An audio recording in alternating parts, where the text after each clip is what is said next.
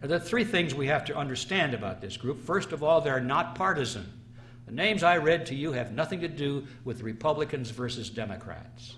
You find them equally located in both political parties. These people laugh at anyone who takes seriously a political party. They laugh at all of these people campaigning out there for Republicans or Democrats. This has nothing to do with that. Secondly, they are elitists. They intend to rule for our own good, of course. And thirdly, the method by which they intend to rule is called democracy. We're back to that word. Democracy. They want democracy. Now that presents a problem. How is it possible for these people to rule mankind absolutely and still allow democracy, where people vote and determine things through the ballot box? There's no problem with that in their book. All they have to do, they say, is just control the elections. Allow people to vote so long as they don't vote for anything significant. We'll make all the important decisions and let them vote for the unimportant things so they get the sensation of participating in their own political destiny. They'll be happy. Just keep them out of the way. Let them have their fun and games. Let them have their bumper stickers and their straw hats. Let them go to the conventions and let them fight with each other out there. Candidate against candidate, but we own them all, so what difference does it make? You see? You're getting the picture. Now, Quigley himself described this in very approving terms. He likes that idea. In his book, this is what he says. This is in, I've forgotten which book it is now, but it's right. Let's see, it's probably the big thick one. Here's what he said. The national parties and their presidential candidates, with the Eastern establishment assiduously fostering the process behind the scenes, moved closer together and nearly met in the center with almost identical candidates and platforms. Although the process was concealed as much as possible by the revival of obsolescent or meaningless war cries and slogans, often going back to the Civil War. The argument that the two parties should represent opposed ideals and policies, one perhaps of the right and the other of the left, is a foolish idea, acceptable only to the doctrinaire and academic thinkers.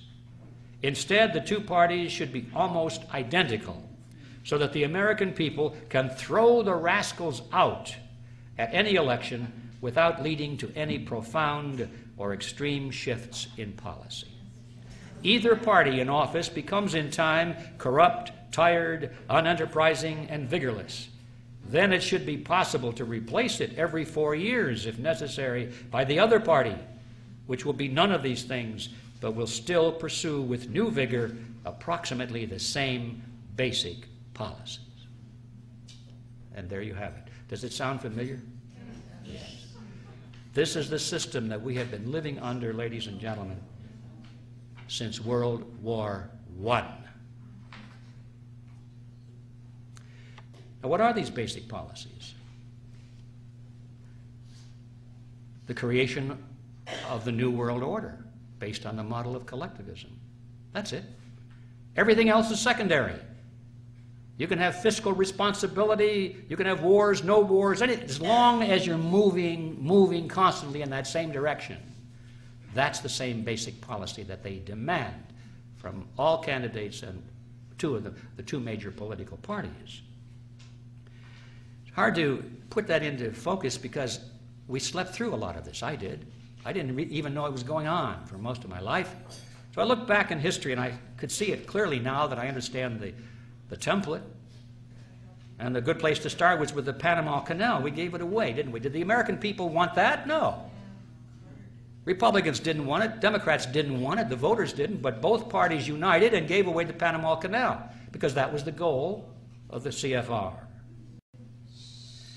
Republicans call for war in the Middle East, and they advocate that we give more power to the UN.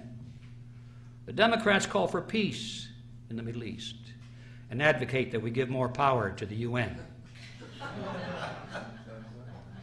And after the Democrats came to a majority in the last election, we thought, they're going to pull the troops out and have peace in the Middle East. No changes really. They talk a lot about peace, but they continue to fund all of Mr. Bush's war measures. They complain a lot, they grumble, they give speeches, but when it comes to the vote, they continue the same policies, because that is what the goal is of the Council on Foreign Relations. Republicans promote legislation to restrict rights in the name of anti-terrorism and national security. The Democrats give speeches of deep concern about that and then vote for those laws. The electorate doesn't want that. Republicans or Democrats, voters, they don't want that, but that is the goal of the Council on Foreign Relations. As a matter of fact, almost all of this legislation was written by members of the Council on Foreign Relations long before 9/11. They were just waiting for an excuse to put it into effect. Democrats promote legislation to restrict freedom in the name of stopping global warming. Republicans object and say that's not based on scientific fact, and then they vote for those laws. The electorate doesn't want that. Republicans or Democrats, they don't want that, but that is the goal of the Council on Foreign Relations. Republicans advocate laws that will restrict your freedom of speech because it might be seditious and damage national security. Democrats don't like that. They think that's terrible. So what's their answer? They promote legislation to restrict your speech because it might be hate speech. But both of them agree on the right to restrict your speech if they want to do so, because that is the goal of the Council on Foreign Relations. The American people don't want that. Republicans give speeches on the danger of illegal immigration. Don't do anything about it, but they give good speeches on it. The Democrats give speeches about compassion, but then they both unite in merging the United States with Canada and Mexico so that the issue of immigration becomes a non-issue. The American people don't want that. The Mexican people don't want that. The Canadian people don't want that, but that is the goal of the CFR. Republican leaders who run corporations that build election or electronic voting machines steal elections using software, using machines that not only are capable of being hacked, but, ladies and gentlemen, they were designed to be hacked. And the Democrats, so far, who have lost these elections, they don't do anything about it, you've noticed. They just say, oh, golly, I wonder if the election was stolen. Did Mr. Bush really win that election? And Mr. Kerry and Mr. Gore don't really do anything about it. They actually block any serious groundswell of opposition to it. Now that the new elections are on hand, we find that the rigging of the elections are being used to promote certain Democrats. You see, this has nothing to do with Democrats versus Republicans. This has to do with the Quigley Formula. Rigged elections is the ultimate form of the Quigley Formula, giving people the illusion that they participated in their own political destiny because, by golly, they went to the polls and they touched a screen and the light went on and they got their little sticker that says, I voted. And they have no idea what went on inside that machine when the numbers were counted. Or they get a piece of paper and they put it through a scanner. So, I got the piece of paper, see? And it goes into a scanner. They have no idea what goes on inside that scanner and how the numbers come out. That is the ultimate embodiment of the Quigley Formula. What we're dealing here with is a phony wrestling match. I remember my grandmother used to watch these wrestling matches when TV was in its infancy. She'd sit there, smoke her cigarettes, and jump up and down and say, look at that guy, he's a bad guy, and he's going to beat up on this other guy. You know, they had the tights on. You could always tell the good guys from the bad guys because the bad guys had the masks and the tattoos. It's gotten even worse today, I know, but in those days it was good enough. My grandmother thought that was real. And it was about as phony as a $3 bill.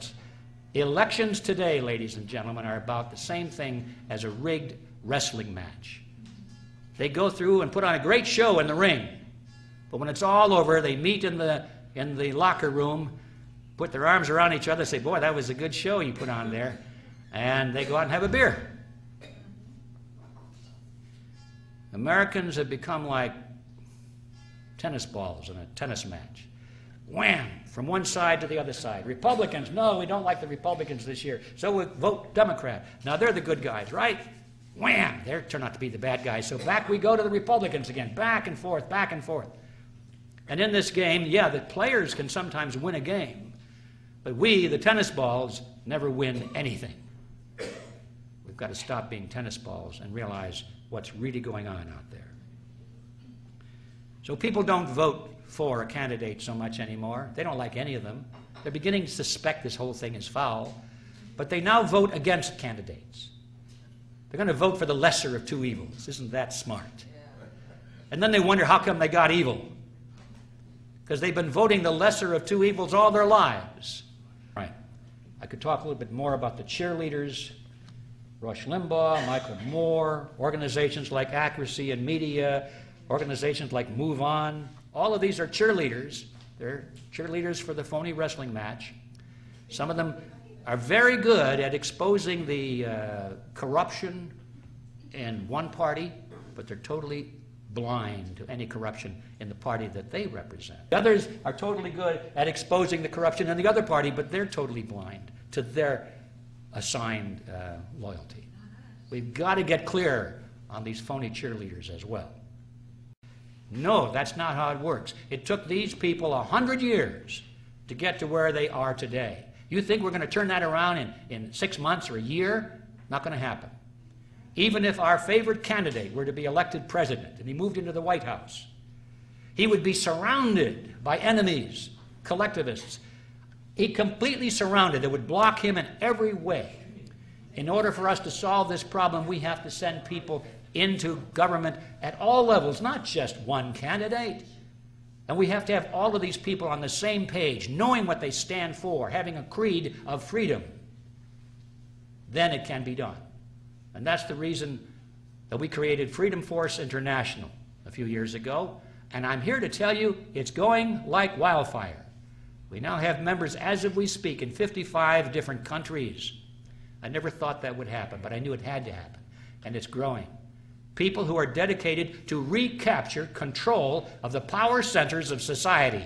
Take our systems back just the way we lost them, one by one.